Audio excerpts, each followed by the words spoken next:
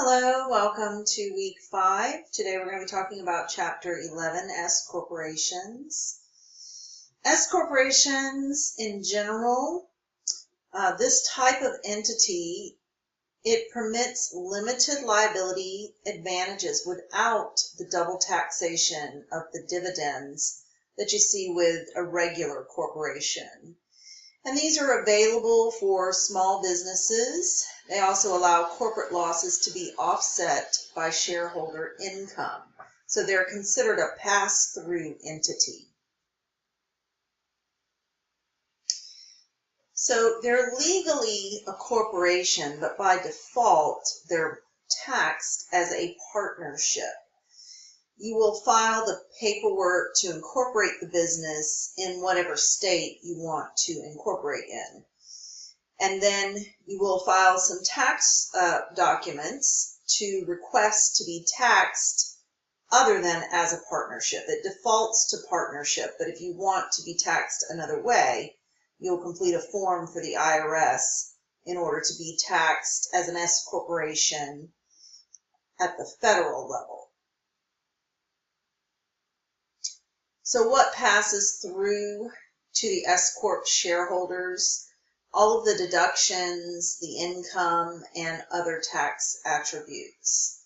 So basically, if you are the holder of an S corporation, you would be able to deduct a percentage of the losses that the company had, or you would have to claim the income. Advantages and disadvantages of the S corporation. The advantage is the single tax. They avoid the double taxation.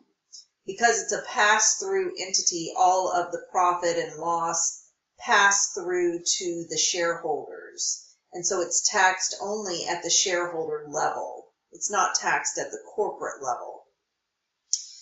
The pass-throughs, that is an advantage. The splitting income.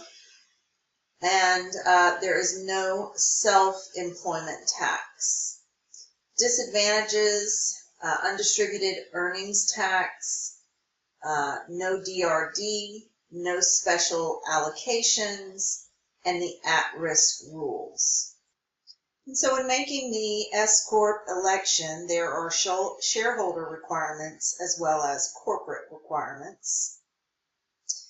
The shareholder requirements, there has to be less than or equal to 100 shareholders, no more. You have to be an eligible shareholder, and alien shareholders can't live outside of the U.S. The corporate requirements, a domestic corporation, they have to either be a domestic corporation or treated like a corporation. They cannot be an ineligible corporation, and they must have only one class of stock. S corporations can own C corporation stock. Single class of stock requirement. This means that still a single class, even if there are differences in the voting rights between the two types of stock, and debt is not treated as a second class of stock. Sometimes debt mimics preferred stock and it is treated similar to stock, but in an S corporation it is not. As I said earlier, you make the election to be treated as an S corporation for federal filing purposes. You'll timely file Form 2553 for a new corporation. This is before the 15th day of the 3rd month, before March 15th.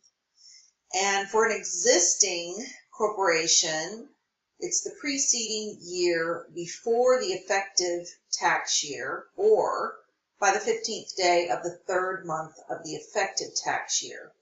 If you miss the deadline, you can typically write to the IRS and ask for forgiveness, and typically they will approve it.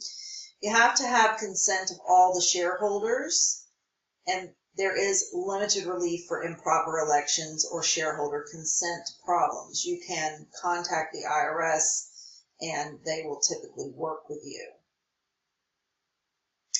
If you want to terminate the election, you can do that as well. The election stays in effect until it's revoked or you fail to meet the requirements, such as having too many shareholders. You can't have more than 25% passive income for 3 years, and there is earnings and profit. You need consent from the shareholders owning more than 50% of the voting stock, and you can name a prospective date as to when you want to terminate the election.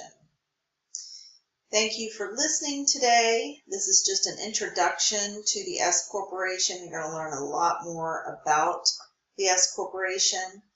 For now, I want you just to review the video and answer the following question that I will post in the discussion. Thank you, everyone, and have a great day.